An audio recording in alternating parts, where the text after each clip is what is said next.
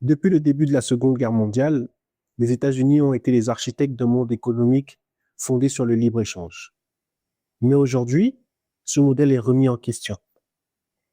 Le retour du protectionnisme, les guerres commerciales, les sanctions tarifaires, tout cela marque un tournant historique. De Roosevelt à Trump, en passant par Biden, l'Amérique oscille entre ouverture au monde et repli stratégique. Dans cette vidéo, on remonte le fil de cette transformation, on décode les choix des États-Unis, les réactions de la Chine et on essaye de comprendre. Où va le commerce mondial? Et surtout, qui écrit les nouvelles règles du jeu?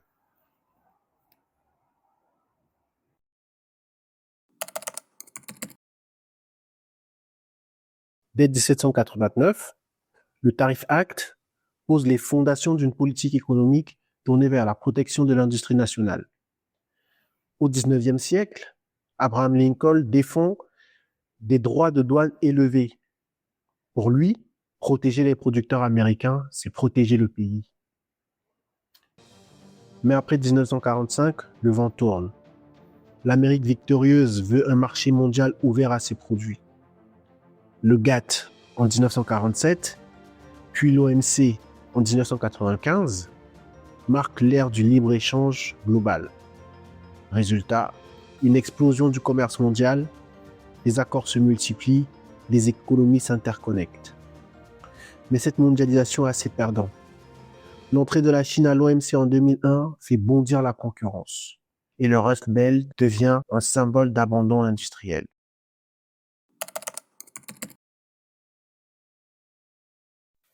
En 2016, Donald Trump arrive avec une promesse, America First. Il accuse la Chine de tricherie commerciale, l'ALENA d'avoir vidé l'Amérique de ses emplois et l'OMC de brider la souveraineté nationale. Dès 2018, les premières frappes tombent. 25% de droits de douane sur l'acier, 10% sur l'aluminium et jusqu'à 25% sur plus de 360 milliards de dollars de produits chinois. C'est le début d'une guerre commerciale mondiale. Pékin réplique, les marchés tremblent, les chaînes d'approvisionnement sont perturbées. Trump va plus loin. Il renégocie l'ALENA en USMCA, plus favorable aux États-Unis. Il menace l'Europe et critique l'OMC. Le message est clair. Le commerce doit d'abord servir à l'Amérique.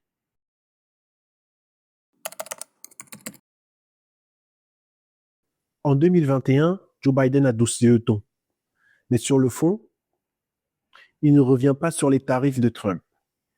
Au contraire, il les inscrit dans une stratégie industrielle assumée. This bill is the biggest step forward on climate ever. Nearly $370 billion, including tax credits for solar panels and electric vehicles. The White House says this will cut greenhouse gases 40% from their 2005 high by the end of the decade. And it's all paid for by new taxes on large companies and stepped up IRS enforcement on the wealthiest taxpayers. L'Inflation Reduction Act, 370 milliards pour la transition énergétique. Le CHIPS Act, 52 milliards pour produire des semi-remorques made in USA. Le libre-échange, il devient conditionnel. Pour vendre aux États-Unis, il faut désormais cocher des cases. Produire localement, respecter l'environnement, soutenir les alliés.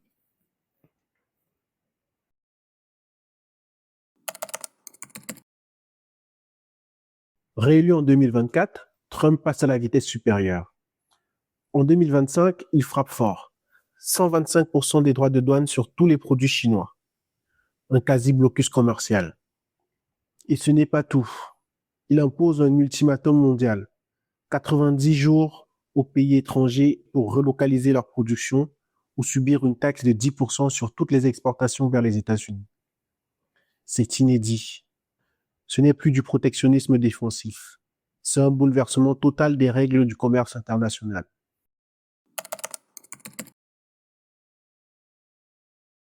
Face à ce choc, Pékin réagit. 84% de droits de douane sur les produits américains, notamment agricoles. Sanctions sur les géants du e-commerce comme Chine et Temu. Et surtout, un avertissement au reste du monde. Le message de Pékin est clair. Si vous signez un accord commercial avec Washington, attendez-vous à des représailles. Dans les coulisses, Xi Jinping multiplie les visites diplomatiques. Vietnam, Malaisie, Cambodge.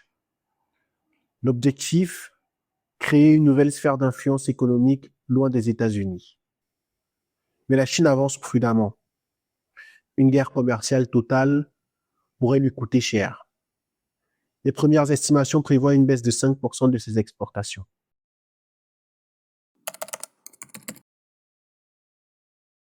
L'Europe hésite.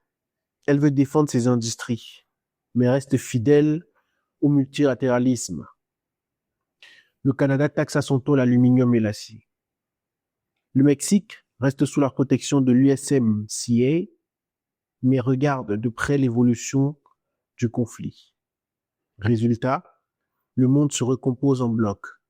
Asie-Pacifique autour de la Chine, Amérique autour des États-Unis, Europe sur une ligne de crête. C'est la fin d'un modèle globalisé et le début d'une ère de commerce stratégique.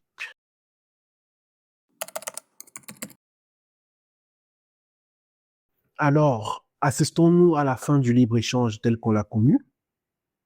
Pas complètement. Mais une chose est sûre, il ne repose plus sur les mêmes bases. Aujourd'hui, les États-Unis, ex-champions du libre-échange, imposent des critères stratégiques.